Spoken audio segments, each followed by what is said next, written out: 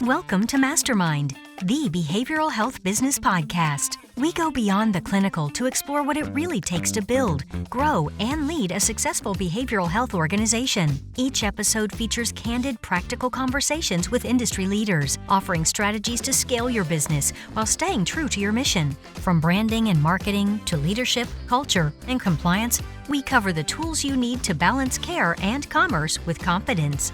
MasterMined is brought to you by Snapshot, a digital agency on a mission to serve with heart, execute with excellence, and build something bigger together. And now, welcome to MasterMined. Hey everyone, welcome back to MasterMined. I'm here with my co-host, Jeff Skillen, founder of Skillset Enterprises. Hey Mark, great to be here. Thanks. And also Lee Pepper, author of the new book, Never Outmatched. Mark, once again, thank you for having me. Great. Well, today we're also joined by Shawn Manis, a culture-driven operator and financial waste assassin who has led tech strategy as the CIO for both North Point Recovery and Meadows Behavioral Healthcare. On this episode, we're digging into the realities of electronic medical record systems, how to pick the right one, why plug and play is a myth, and what it really takes to integrate tech without torching your team. Let's get started. Lee, take it Great. away. Thank you so much, Mark. And Shawn, I'm so honored to have you here as our guest on MasterMined today. And I think one of the things that I wanted to start off with my first question was just telling just a little quick story. You know, I had just been hired as the CIO at Foundations Recovery Network. And I met Shawn Manis, who at the time was our tier electronic health records administrator. And I knew from the first week that I was there that Shawn just had a really bright future because we were trying to figure out our phone system. And it wasn't even Shawn's responsibility. And we were working late into the evening trying to figure out how to get the display set up. And he was just right there lockstep. And I knew this is a person that will figure it out. He will never be outmatched. Just put another plug in for my book. That was very slick. And I think that's one of the things that I was so honored to have him on today because there are so many things changing in our world. And whether it's, tech or whether it's digital marketing, and you have to have somebody like Shawn who is going to always figure things out. And so Shawn, welcome. Thank you, Lee. I appreciate it. And I remember that night. Several of those nights. I think it was a Tuesday night. Yeah, sounds close. Tuesday, Wednesday, Thursday. Well, listen, one of the first questions that we had was that when you're thinking about the behavioral health space, did you, when you were younger and going through your education and then your first couple of jobs, did you have in your plan, on your bingo card, so to speak, that you wanted to be a CIO? It was actually my time at Foundations with you and Rob and Richard, seeing such young C-levels. I was like, oh, I always expected C-levels to be, in their 60s and, tan suits. And here we are with a bunch of, late 30s, early 40s kind of trailblazers who are really impressive in what they've accomplished. And I told myself in that moment I wanted to be a C by 40. Excellent, excellent. Well, you made it. I did. By 3 months, thanks to you, actually. This is the first time we've actually had an assassin on this show. And so, part of what I'm really curious about is based upon, so now we put you in the ninja assassin category and get it done category. As you look back at your sort of experiences, what's a personal lesson that you've learned on this trajectory that either you feel like you'd like to share with us or you'd like to share with our listeners out there that we could all take away from? Maybe it's cliche, but know as much as you can. I think, knowing your tech stack, even outside of IT, right? What is your marketing team using? What is your biz dev team using? What is your, clinical team using, HR and so on? You need to know all of the tools in their ecosystems, predominantly just for scalability purposes, right? There's a lot of crossover in tools. You'll have redundant tools, redundant solutions. So you've got more money going out the door. You've got disparate data in different systems that may even conflict with each other. So you don't have a single source of truth. So I think that's probably the biggest thing that I've picked up on in that financial waste assassin perspective is not just the financial piece, but the data consolidation and scalability piece. Do you mind if I follow up on that just a little bit? Because you've actually brought a perspective that I wasn't expecting. So a lot of times CIOs, when they look at something is they have an idea of how they would like to build their tech stack. Mm-hmm. And what I heard you say was that you're actually starting with what people are already using and how to make that work. I mean, let's talk about the difference in perspective there. Yeah, I think, they're the experts, right? They're the leaders of their department or their vertical. And so even if they don't have a technical background, they can tell what works for them. And so to come in, guns blazing, ready to make every tool your preferred tool could backfire, right? Maybe it works for integration purposes. Maybe it's good for reporting purposes. And those are important. But you got to get the data in first, and you got to have a happy culture. You got to have happy staff. At the end of the day, if they can't use it or won't use it, the domino effect of those problems, is untold. I think that is really sort of a very underappreciated aspect in terms of, it's like, we're going to create this great data utopia, and then we're going to force people to use the tools that we want them to use. I think that perspective is really refreshing. Yeah, I mean, Shawn, you've worked with some really impressive companies and really impressive teams over the years. Like, I'd be interested to know, like, what do you love the most about this profession? Like, Again, the cliche answer everyone will say, but I to deviate for a second, grew up in a helper family. My dad was a fireman. My mom was a nurse. My sister actually is a master's level social worker. She currently works for the VA as the chief experience officer in North Carolina. So granted, I did not go into the clinical or medical side, but I kind of chose a helping profession just maybe by default. And then getting that call to come into the behavioral healthcare world. It was a nonprofit, government funded in South Florida. Sadly, a very, very hard population to work with, and I kind of saw two ends of the spectrum, having grown up where I did versus where I ended up getting my first job in this industry. It was very eye-opening, and to see people getting help that needed it and understanding that there is nothing wrong with them, that they've made choices or that choices have been made for them by outside factors. We've still chosen, as a society, to put the resources out there for them to get the help they need, and it spending 25 years in that role was life-changing. Yeah. And Shawn, if I could just do one follow-up question too, like, being a CIO or in technology in any company is sometimes a thankless job. Like when things go right, sometimes you can be it's sort of like operations, but when things go right, you're the hero. But when things go wrong, it's definitely a big spotlight on you. How have you dealt with that stuff, that kind of pressure over the years? I think I got very lucky in my first IT role. My job was at that time bottom of the totem pole. I was literally making Ethernet cable at a startup for the 200 people we had just hired. Plugging old school phone block systems in and so on. And so one of the things that my supervisor at the time told me was, IT is a thankless job. Everything's an emergency, even when it's not. And it's a lot like being a firefighter, which my father was, so I say it with respect. I know it's a little less than that. But, the bell goes off and you have 5 minutes to fix it, kind of thing. And a lot of times you are blamed for things outside of your control. When Microsoft goes down or when, your internet service provider is having issues, right? It's like, IT, fix it. I think you have to have a thick skin in that regard. And also be a good educator. You don't have to browbeat people with tech speak.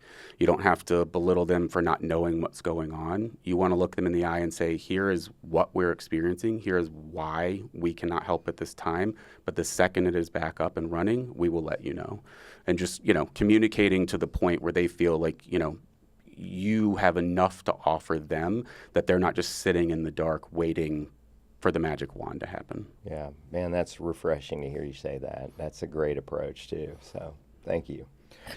Shawn, we're going to get into how to select an EMR in EHR, but one of the comments that I wanted to get you to respond to before I asked that question on those specifics is that I think that technology can solve a lot of problems, but sometimes from an IT perspective as a CIO, we have to be careful that we don't come in and just say, oh yeah, this platform is going to solve all your problems. And I think that's one of the things I've witnessed you personally, and it's certainly the way that I operate, is that we have to understand what the business need is first. And so to me, it always starts with process. Like we can implement anything, but if your process is broken, it's not going to solve it. And I think that as we get into talking about EHR and EMRs, I would love your perspective on why so many implementations seem to go poorly. Mm-hmm. Yeah, I mean, the short answer, since I know we'll get to it later, is exactly what you said.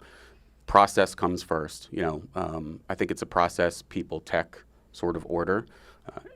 Digitizing your real-world processes really only makes them worse. My favorite adage or metaphor for this is, if you take a piece of paper, you can write in the margins, you can flip it over and write on the back. You can't do that with technology. The fields are the fields, the system's the system. So that's where you run into trouble. If you have bad processes, how are those going to translate to a world where you're locked in to the actual workflow that was designed?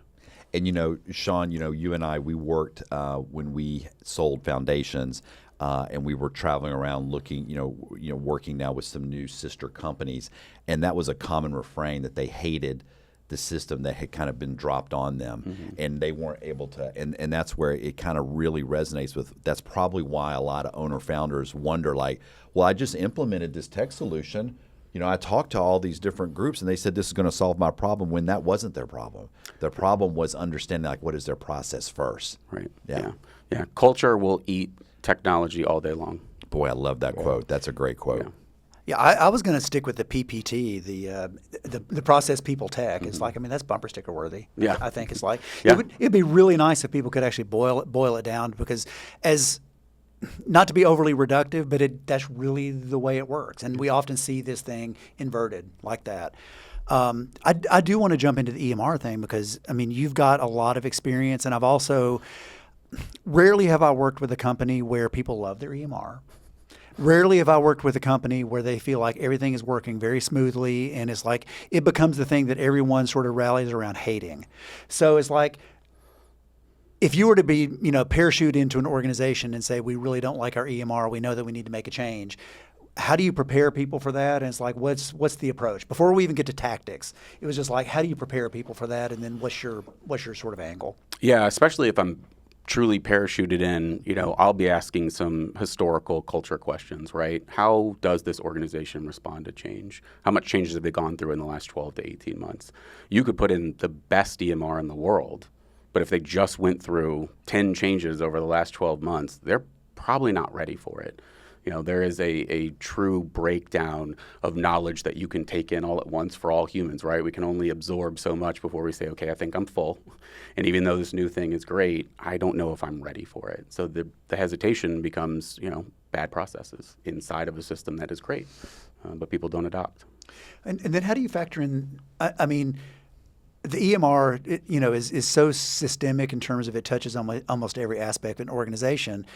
But yet that is not their full-time job. Their full-time job is not to learn an EMR. It's not to make it work better. So how does it set up sort of a facilitating role as opposed to just an all-consuming role?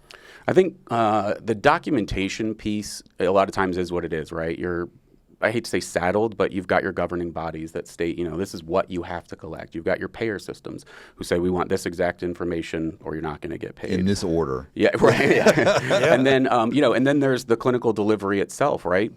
Let's call it what it is. Everyone in this industry is in it for a reason. They want to help other people. They want to facilitate good service delivery.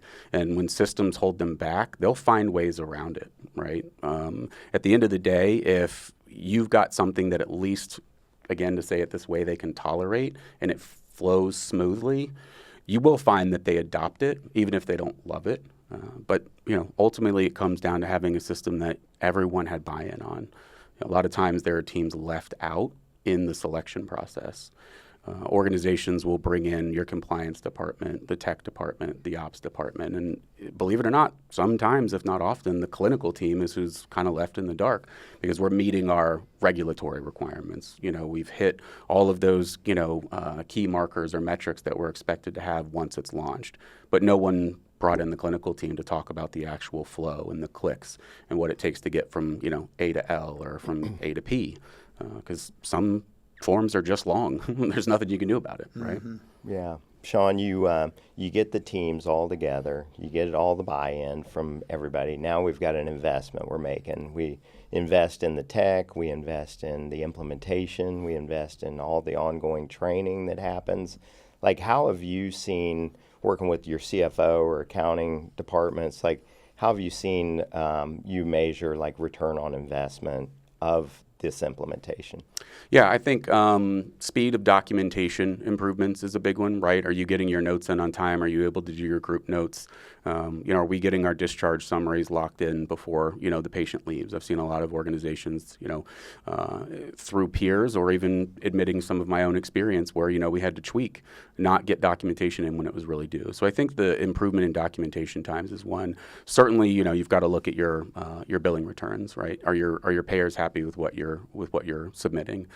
You could be Medicaid, right? You could be private pay. You could be insurance-based, and at some point you're sending someone a bill asking for money, and it's got to meet their needs. I think one of the key factors when it comes to developing the EHR for those purposes isn't to be blindsided by that only, though, because it's not just about getting paid. It is the service delivery piece. It is admittedly internal KPIs and metrics, and so it's a complex issue that you're sort of compounding those elements into one larger goal, which is just the overall improvement of everyone's experience. So from the call center having the right fields to document in, so they collect a good history, right, which oftentimes comes from your referral sources. They're people who are sent over, or people who've called in due to your online presence.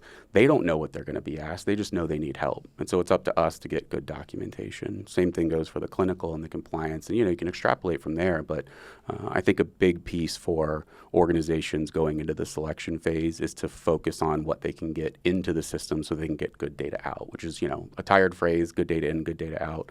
But it's tried and true. Yeah, let's say that, everything goes perfectly with the implementation, training, everybody's ready to go, and I'm on the executive team. What do you typically say is, like, we should start seeing the return on investment in this time frame? I think, I'd say 6 months is a good marker that you've seen the needle move. Right? You're going to have the first 3 months where people are still getting used to it, no matter how good they are at their jobs. And again, they wouldn't be in this industry if they didn't want to be. So they're probably good at the service delivery side, but they're adjusting to a new solution. So I think you're looking at a 6-month time frame, where you could say, hey, we're getting our documentation in faster. Our payers are, not kicking back any of our, claims. I think you'll also see that your compliance rates go up. That's a big piece, of course, because we're all beholden to somebody. And the compliance side is, that's hard and fast rules. There's no way around those. And I think you'll find that when you start to actually report out on, meeting those expectations and rules of our governing bodies, that those all improve within the first 6 months. A year, you might be doing something wrong. I don't even want to say that you need another 6 months to get it right.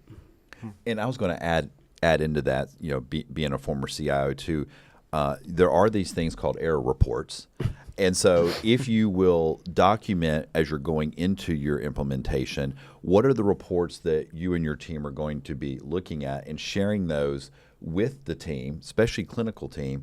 And then when you're getting into these months after the implementation, like you're expecting to see those error report logs go down. Right. And that's what we're going to measure on. As long as everybody knows kind of what are these key indicators that we're going to look at, I think that then gives the clinical team, because we can't sit there and do the group notes properly. We can't sit there and fill in all the fields. Like, they have to do that. And if you'll communicate what it is, the 2 or 3 things you want to look at, generally they will make sure their teams are well trained, and that's what they're focused on. But I think a lot of times we just implement things and we go, problem solved. We have a new AHR, problem solved. And then no. Yeah, that was the easy part, was signing. I mean, box check. Box check. Check written, box check. But what's interesting, and I think what we're highlighting here, and Shawn, would love to get your take on this. This is an enterprise decision. Mm-hmm. This is not an IT decision or a technology decision. Therefore, the enterprise needs to decide what we're going to measure and how we're going to decide where it's successful, as opposed to CIO needs to come in at 6 months and just say, guys, look at all the things that we've done. Fixed your problem. We fixed all your problems, right? And so then it's like that sets you up on a 6-month clock to then basically pull a rabbit out of your hat. Right. When the reality of it is, this is an enterprise decision, this is an enterprise rollout, and this is an enterprise opportunity. So how do you take that framing and then put in your lived experience? Yeah, I think it's a good question, because I think you got to back up to the beginning, right? The joke of like, writing the check is the easy part, right? The selection process, these are a couple of, cheesy phrases that I use with my team, but like, you got to slow down to speed up, right? Don't do something twice. You can fix it the first time around, right? So when you are in that phase of saying, what tool are we looking for? You're kind of backing up to the biggest level. What kind of organization are you, right? Are you outpatient, inpatient, telehealth, a combination? Are you for-profit, nonprofit, right? Are you being, built, for the long haul? Are you being built to sell? Are you privately funded? And, there's maybe no necessary future decided at that point. You've got to pick a tool that works for your organization for the next 5 to 7 years, right? 3 is too short. You never know where you're going to be in 10. And unless fall into one of those very obvious categories of, hey, we are absolutely going to be around for 30 years and no one is going to touch us, or we could potentially be, exited by year 5, year 7, year 10, who's buying you? That's the next question. You can't know that, but what systems do they have, and are you going to have to adopt their technology? And it is a all cooks in the kitchen responsibility. I think you can have too many people in meetings sometimes. I think this is one of those times that's not true. I think death by meeting is very real. I decline a fair amount of meetings so that I can do my real job. But this is one where it is all hands on deck, and you want everyone who's going to have a piece of that pie in the room, no one left out, helping to drive the ultimate decision. And then you're launching, even without a perfect tool, you're launching with full organizational buy-in. You're all rowing the same direction. You've all said, this is the one. And then, from there, it's tweaking. And they all work that way, right? Oh, well, they all work that way. Yeah, every organization, every tool, they're all perfect. So I want to ask a specific question about, obviously, you're very knowledgeable about what platforms and what tools are available in the market, as are we. And there does seem to be sort of a put it all in one box category, and then there is sort of the, internal plumbing, multiple tools. Mm-hmm. Do you have a preference one way or the other in terms of what drives a better outcome? I hate to say it, but a lot of times it comes down to money, right? How much money do you have to go best of breed? Because you could. If you've got the resources to go best of breed, I don't know that there's anything wrong with that. It is more expensive and it is more complex. Most organizations do not operate that way. So I do believe the opposite is the best approach, is what tool can we get that will meet our needs at the 80 to 90%, right? I think we've all got enough experience in business to know that 80-20 gets the job done. And if the 80 is the confidence of going in and all your needs are met, the 20% is the exception to the rule. It is the third-party integration. It is maybe a smaller, cheaper best-of-breed solution. But ultimately, I think you've got to look at, the tools that are available in this industry are admittedly kind of behind tech in the rest of the world, right? Yep. There are some great EMRs out there, don't get me wrong. But, it's not like they're playing with the same, deck of cards or, the same piggy bank that, Silicon Valley's playing with. Yeah, I was going to say there was and I think you guys have heard me refer to this, but back, when I was at Pro Systems, I was in Nashville at a project management professionals meeting, and, ladies, if you're ever looking for, single guys, you can go to a project management professionals meeting for sure. But I was there, and Mercedes Oliveras was the project manager for the Skimmerhorn Symphony Hall build.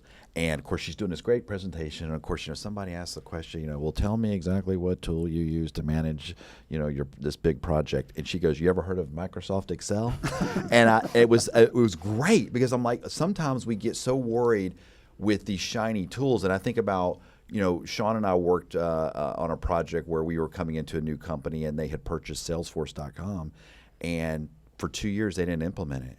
And Shawn and I, we had to go through, and we had to make the recommendation that you need to kill it, because it wasn't going to solve their problem. It's like when people get online banking and they still are wondering, well, why don't I have any revenue coming in? Well, because online banking doesn't get you a job. Right. It just processes things, and that's where I think people.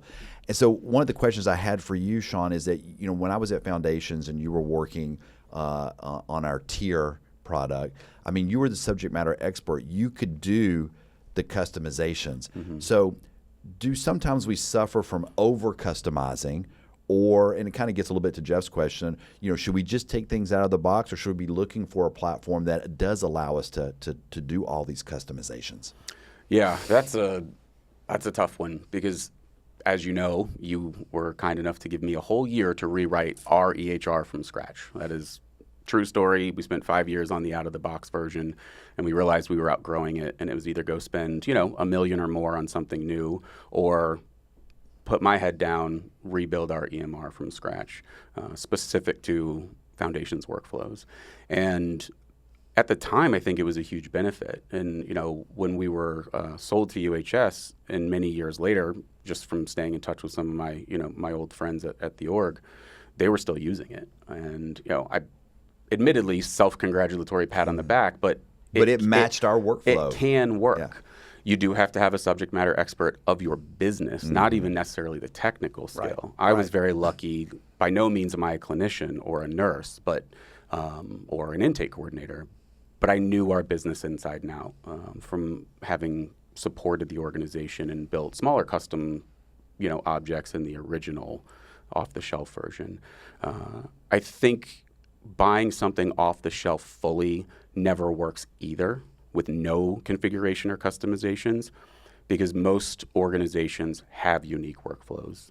We all sort of do the same thing, right? But we've got our passion projects in this industry, people who are focused on, the mental health or the substance abuse or eating disorders, other process addictions, right? And they came from a certain school of thought. They came from a certain mentorship line. And so they're going to want to see things they're familiar with, that they know work from a clinical delivery perspective.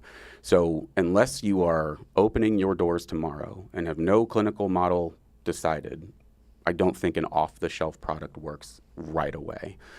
But that's not to say that you can't, again, full circle, go 80-20. Most tools will provide the basics of what you need to document for compliance reasons, regulatory, your own clinical delivery, and then hopefully the product offers, some customization so that you can tweak it. That last 20% is you tweaking to the things that are special to you and your people and your delivery model. Well, and I just wanted to add just quickly too, I think it shows that an organization, no matter their size, they have to have an internal champion, an internal expert. That was one of the problems with the Salesforce, is that they bought it, but then who inside the organization, and I think their response was IT. Right. Well, IT doesn't know specifically, they were handling their networks, their printers, their help desk. They were not Salesforce experts. And so you have to add that into your budget, is that you're going to need to have somebody identified to do all the training, to stay up with everything, and potentially be the administrator. Yeah, I'd love to touch on that for a second, because I do know of a resource who is on his 9th certification with Salesforce, but he has a behavioral healthcare background. He's 15 years in. He knows biz dev, the intake call center admissions process, and he's over RevOps now. And it's not to say he doesn't know the rest of the workflows. He learned the business, but that's rare. Yeah. Right? Someone who is a Salesforce expert, and specifically that tool, it's a complex product to develop in. You do not get your first certification easily, much less your second, third, and so on. So he's a world-class guy. And at the end of the day, I think he is a rarity that if you find them and you want Salesforce specifically, great. Go for it. But teams can invest. They can. Because I know who you're talking about, and Dorian started at Foundations. Yep. And he was able to get the training and the support internally to go on. And that's where I think a lot of organizations, they get people and then they forget to, you need to send them to a conference. Right. You need to pay for their training. You need to pay for their certification. 100%. And they'll stick with you, and then they'll become really valuable assets to you. Well, that sets up the question that I was actually going to ask, because, Shawn, we've talked a lot about how you've gotten to the position that you're in, but now let's talk about the position that you're in. How do you make sure that the team that works with you has that same understanding of a business and then understands, because I'm hearing very thoroughly that it's like you need to understand the business and then before you make a tech decision, right? Mm-hmm. So how do you make sure you instill that in the team that you currently have? I think it's communication on things you wouldn't usually include your subordinates in, which, hopefully I don't scare any of my peers, but I think it's okay to share information, that's not, private to the C-suite or, the board, right? Where is the organization going? What do we struggle with?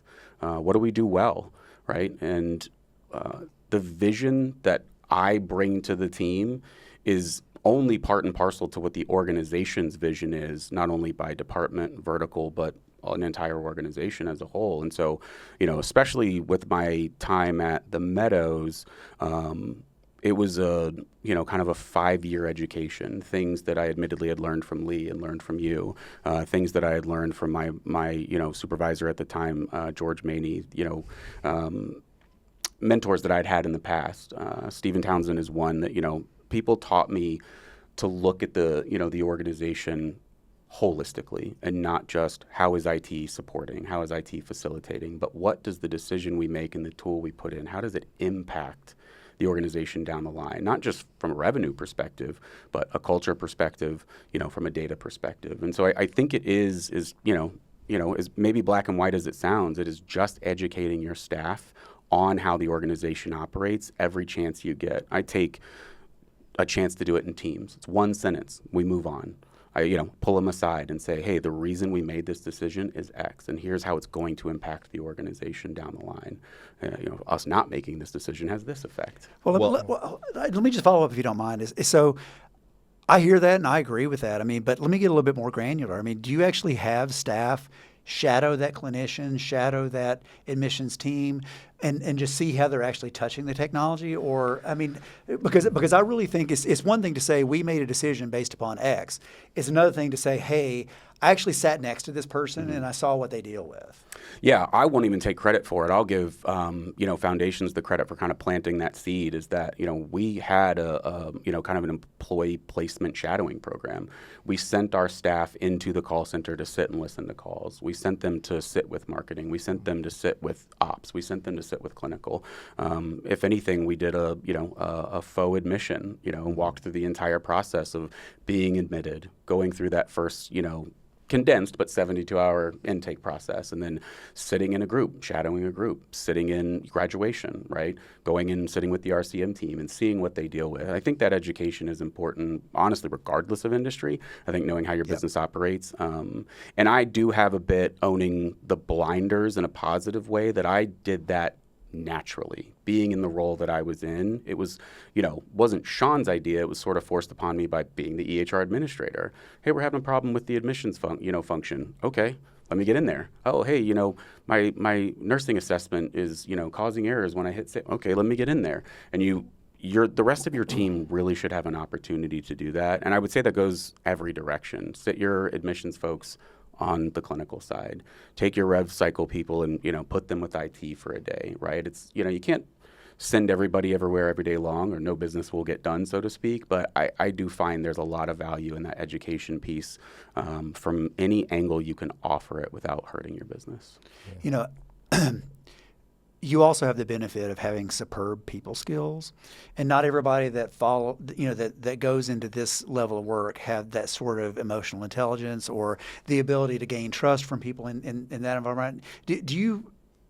Is that something you work on with them, or do you actually make that as a hiring decision, so that you bring people in who not only have the knowledge base but also have more of an EQ aspect to bring to it? Well, I appreciate the compliment, first of all. I don't know that I was always that way. Typical IT guy thinks in ones and zeros, or, sort of just sees a problem and wants to execute the completion, of fixing it. I do find that you have to work, being very specific to IT, no offense to anyone else, that's common. They're not people. Yeah, I actually had an IT person one time refer to people skills as user interface. Not surprising.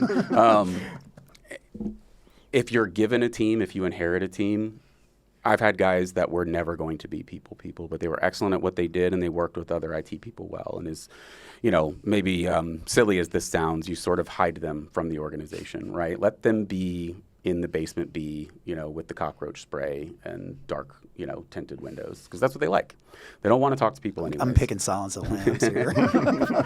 I was picturing Milton. Jeff always goes dark on us. Yeah, super dark. But there are those people who sort of ride the line of being technical but being able to talk to people, and then there are people, admittedly like me, to your point, who just are, gregarious and outgoing and sort of not afraid of the conversation. And I'll slip up on my words. I may misspeak. We're all human. I think it's a matter of how do you respond in the moment, and admittedly, a lot of people in IT tend to tense up when they make a mistake because they, in their own mind, say, I have to be infallible. I am the robot IT guy who never makes mistakes because computers never make mistakes, in quotes. Yeah. Shawn, you mentioned just a minute ago a great resource that you had. Dorian does the Salesforce. Is he a consultant? Dorian is a full-time employee at Caron Foundation, actually. Okay. He is a former employee of mine during our foundation's days, and I've just stayed in touch with him over the years. He's here in Nashville, lives down in Spring Hill with his beautiful family, and he just continues to educate himself and really find a niche with Salesforce and healthcare specifically. And he's gone from being an admin to being a RevOps and BD expert. Yeah. Well, I was going to say we'd drop his contact information, in the show notes, but I don't know that Caron would appreciate that. Yeah, I don't know if Caron will like it, but we'll slip you his number. They got a great person there. Yeah. But hey, just with all of these that you've implemented, like I know there's typically some most important things that you have to have. Mm-hmm. And then maybe like what do you see from like features and workflows that you have to have? And then what do you see from like the gaps that maybe some of these bigger ones are even missing today? Yeah, I think, I hear the word bigger and immediately my brain goes epic, right? Which most organizations are not going to have. It is predominantly medical focused to begin with. It's also extremely expensive. I worked for an organization at one point where we reached out to Epic and they literally replied, "You're too small to work with," right? I'm paraphrasing, but you're just, you're not really in our sphere. I think a lot of the tools that are out there, especially in the last few years, tools I had seen 10 years ago, 5 years ago even, they have come a long way. They have really taken the reins of modernizing their products. Not just, we're in the cloud, but thinking about third-party integrations where it's necessary, being available to APIs, for getting the data out or getting new data in, being friendly with CRMs. If theirs isn't going to cut the mustard, they all sell them, and some are good, right? Some meet the the quotable 80-20. But I think the data that you get out of there, everyone's got a data warehouse, and if they don't, they should. So that's become an absolute must. So many of these were closed ecosystems. Right. They weren't really thinking about how they were going to get the data out for you or you were going to get it out for yourself. And if you did, it was ugly, and there was a lot of transformation and cleanup around that. I think, I like to see systems that have already built in labs. If it's not custom code, but are already working with those third parties, that kind of run our world. Billing is obviously a big one. Right, wrong, or indifferent, you gotta have revenue, right? It pays the bills. Whether you're a nonprofit or for-profit, we all want our paychecks. We all want to keep the lights on. And I think those are probably the big three to me that matter most. Is your third-party integrations, getting data out into your data warehouse, then being data-centric, knowing that you need those for metrics and and the like. Reporting is the last big one, and then billing. Where are we today in the behavioral health space with these EMRs and billing? Are there tools that are doing a great job of handling the billing internally, or are most organizations using third-party billers? I've seen most using third-party billers. I think there's a couple tools out there. I don't necessarily want to endorse anyone specifically, but at the same time, I think there's definitely a few of the, if you Google them, they're on the first page players, right? They're doing a pretty good job. It might be that you need to supplement with some automations. It might be that, you've got a little more of that export and re-import to get the data just how you want it. But nothing that's such a heavy lift, it's not possible to overcome. Most, I think, go with the third parties who really excel, and that's where they focus. And that's why, you kind of full circle the best of breed. There's a time and a place for it, and maybe your big three are you have a CRM, you have an EHR, and you have an RCM solution, right? And if those three are separate, are they the best at what they do? And do you need the best in that moment, or should you kind of keep it simple and go with, an all-in-one solution depending on your size and your goals, as an organization for the near and long term? From your perspective as a CIO, is it less headache to have it all three of those integrated, or is it less headache to have the best individually? It's two sides of the same coin, which is a BS answer, but kind of true.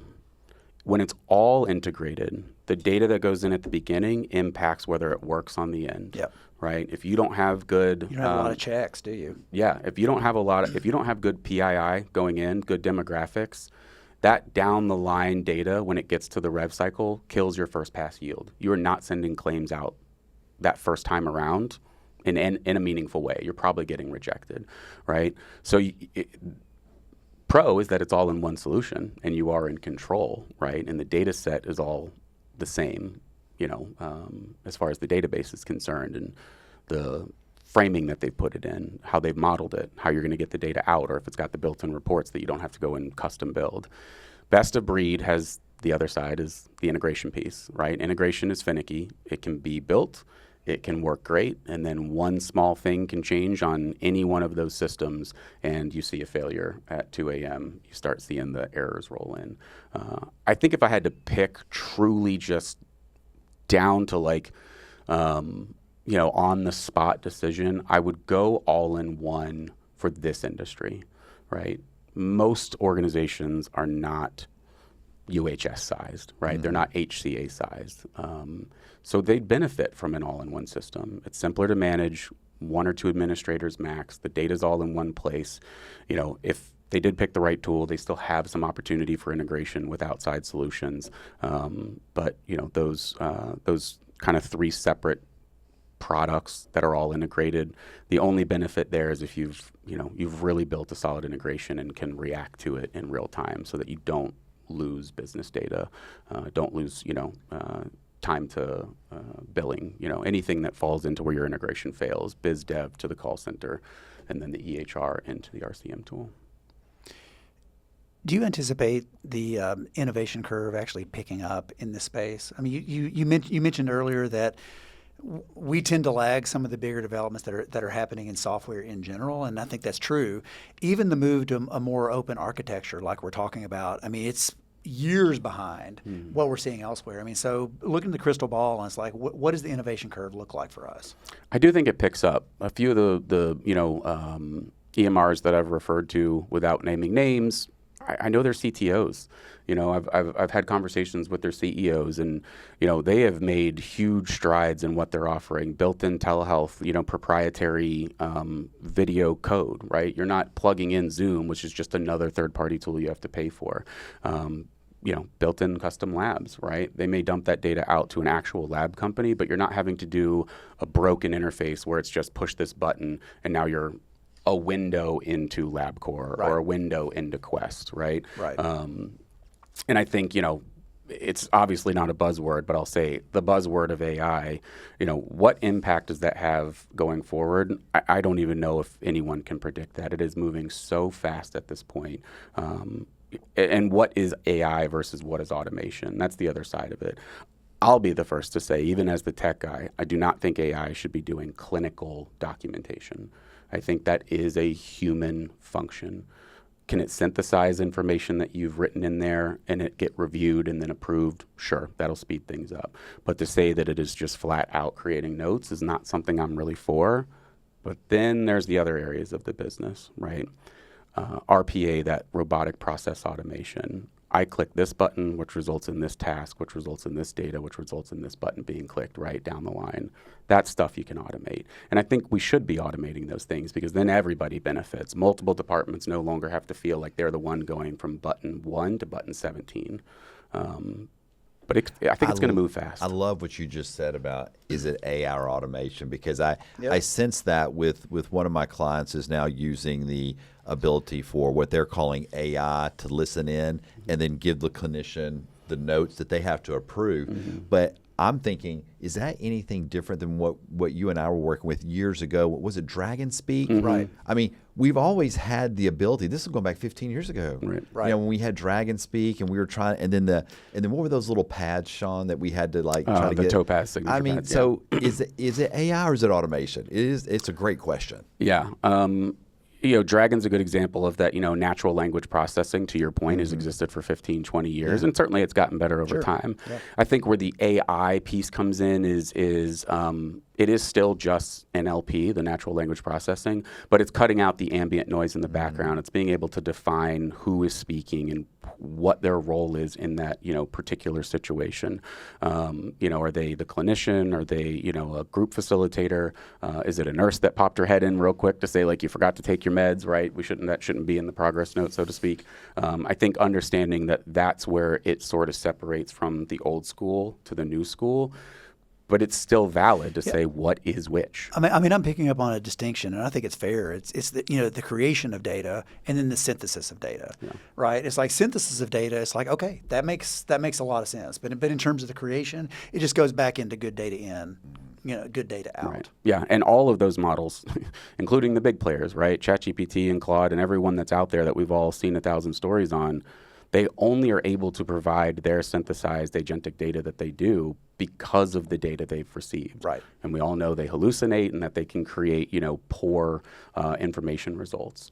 They're amazingly cool, and they have a real, impact on our future in a positive way, but they're just good data in, good data out right now. Yeah. Scooters are cool. Scooters are cool. Scooters are cool, and it's like, but I mean, not everybody in metro areas likes scooters. No. Yeah. I'll admit I move the ones that end up in the front of my house to someone else's yard. Shawn, you just staying on the AI for just a second, clients that we have in this industry or others, you ask them, how are you using AI? Oh, yeah, we use AI. Like, we use ChatGPT. And that's a typical response. Like, are there tools out there that you're playing around with and testing out today from an AI standpoint that you go, I'm seeing some, great benefit here? And we don't want the varnished answer. We want the the real deep down, true story answer.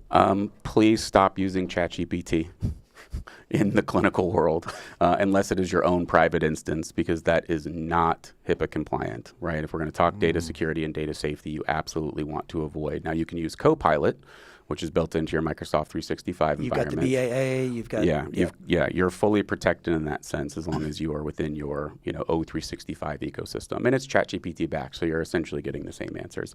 As far as like individual tools, right now there is a focus on the RCM side of the house. So tools that focus on insurance verification, tools that focus on claims. It's going to reduce headcount, it's going to reduce processing time, it's going to increase accuracy, and that's I think a key area where every organization, almost regardless of industry, again, it's the automation of, is this correct? Check error. How can we go get the right data correct? Submit, receive rejection. What do we need to correct? Go get the data, rinse, repeat. A lot of that is going to pay huge dividends. Mm-hmm. Yeah. We talked a little bit about security features and with just ChatGPT. Are there other things that like you have to really strongly focus on with the EMRs, EHRs around like just HIPAA compliance? And do you actually audit the enterprise to make sure that you're not vulnerable? Yeah, I will say, I'll credit where it's due to a former employee of mine, Donovan Sanchez. Brilliant security expert, someone that I still look at in a way as my own mentor in that world. And so much to the point that I promoted him into my role when I departed from the Meadows, because he's a brilliant man and he's very good at what he does. And he taught me a wealth about security in areas I didn't even really want to know. But when it comes to data, when it comes to EMRs, right, is the data secure at rest and is it secure in transit? That's kind of number one, because the data is going to go in regardless. Well, is it secure sitting in whatever table or database? Has it been masked? Is it encrypted? Is it okay if someone sadly broke in but couldn't see anything? The other piece that I would say from a data security perspective is this world is all HIPAA compliant, but sometimes we forget about SOC 2, and why not both? SOC 2 is a little more flexible and allows you to kind of adapt, whereas HIPAA has prescriptive rules. Again, why not both? Throw in zero trust while you're at it, which, these are words maybe not everyone listening understands, but Google them, look into it, talk to your IT team about what those really mean. If you can nail those three, I think you're in good shape to say that your data, your EMR, where it goes is also safe, not only on its way, but people trying to get in, people wanting to do anything nefarious with it. It's going to be a lot harder. Sadly, to tangent for 2 seconds, but the famous word is, or famous phrase, it's not if, it's when, right? Your goal is to minimize the impact of a breach, because it will happen one way or another, not to be doomsday, but it's just the world we live in. Technology moves so fast, and hackers are smart. That's a great point. Yeah. I guess, just we touched on it a little bit about like reporting, but like what is the most important reporting that you get out of these tools for like the leadership team when you're going into meetings? I think we touched on it earlier, right? I'll go back to first pass yield is an important metric. I think our compliance pieces, are we meeting regulatory compliance? You've got your incident reports; those are big, and then I think organizational metrics vary, right, based on what their offering is, what service lines they're focused on. If you're telehealth, it may be about attendance, right? It's not to say attendance doesn't matter in the physical, but they may put more of an emphasis on seeing the individual progress notes from private therapy sessions, and being able to sort of, map that out in dashboard format where it's like, we've got 80 patients and 79 of them every day, on a consistent trend are doing their private therapy. You look at the group notes and you're like, well, wait a second, why are only 40 of our 80 patients going to group right now, right? And you start to dig into those. And I think drilling down is a big piece in that regard, right? Why is the 40 only 40 instead of 80? So it also goes back to the right tool. Are you using, a Power BI? Are you using a Tableau? Are you using reports directly out of the EHR? Most of those are not going to be that robust on just straight out of the EHR side. They're going to be kind of static information. Well, you want that as, cross-pollination. Bring in, your hours worked, employees to patient counts, employee-patient ratio, days to employees, right? I think those are key for our team. We, review them weekly, if not monthly. Yeah. Well, Shawn, it is so clear that you are like a leading expert in this field, and I really appreciate you being on the show. Is there anything that like maybe that we forgot to ask, or maybe that you'd want to share before we wrap it up? I don't know if you forgot to ask anything. We touched on a little bit of everything. I'd probably circle back and say I think one of the most important pieces of making this larger decision of which EMR you want, to repeat it one more time, is having the cooks in the kitchen. You've got to have the whole team in there. You've got to be earnest in who wants what and why. Be willing to make some sacrifices, but also understand that decisions you make impact others, not just in that room, but the staff in those verticals, and then ultimately your reporting and your revenue. And so I think it's important, to make sure that you take the time up front. I've seen a lot of organizations say, we want a new EHR. We want it in 6 months. That is not enough time. So you've got to do the diligence up front, right? Slow down to speed up. If you take your time and do it right at the beginning, picking the tool, making sure it is culturally aligned, with your organization, that it has those feature sets that are going to make you better as a team, as an org, and then some of those bells and whistles, which today are commonplace, but good integration, great reporting. At the end of the day, I think you will find that those are the things that matter most when it comes to making the selection, is sitting in the room and doing it as a group, slowly, surely, confidently, and then saying, we're ready. We've got a tool that works, and we can iterate from the 80 to the 90 to the 95. Because let's be honest, you'll never get to 100. Governing bodies, payers will all be making sure that you're constantly having to change the things that you collect. So, I mean, Mark, one of the big takeaways that I'm getting, and Shawn, I'd be curious if you want to respond to this, to go from a good team to a great team, it sounds like the good team is responsive to issues. The great team knows the business and anticipates those issues, and you're already ahead of the curve in terms of what people want to see and how you want to respond and how you want to integrate. So that's a big takeaway that I'm getting from you, and it's really refreshing to hear that, because I'm so used to the responsive and the finger pointing. So what are your thoughts around that? Yeah, I think it's very well said, and it's not me, right? I think I've learned from some great leaders that taught me to see 3 and 5 years ahead. And I didn't used to. I'll own. I was the 6 months down the road, 1 year max guy. I think we're all there at some point in our career. We just don't quite have the experience, or we haven't been mentored in a way that allows us to see this decision has an impact in this kind of domino effect. But it's very well said, Jeff, because I think, truly what ultimately decides business success is seeing the future. And that's not easy for everyone to do. And IT is both very reactive, because we respond to incidents.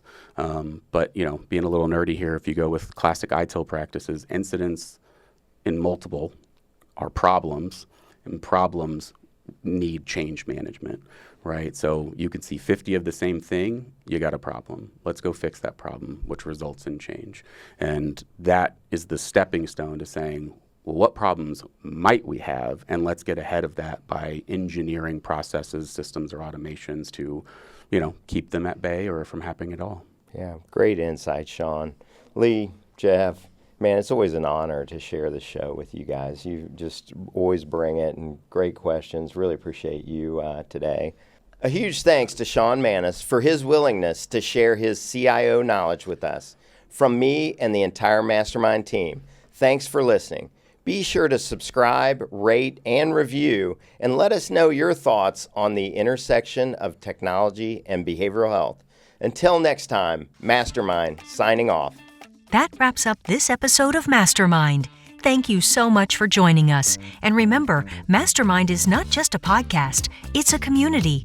So don't forget to comment, subscribe, and review us. Your feedback helps us continue to bring you content that's relevant and relatable. Thanks again to our sponsor, Snapshot, a digital media marketing agency. And thank you for joining us on MasterMined, your behavioral health playbook.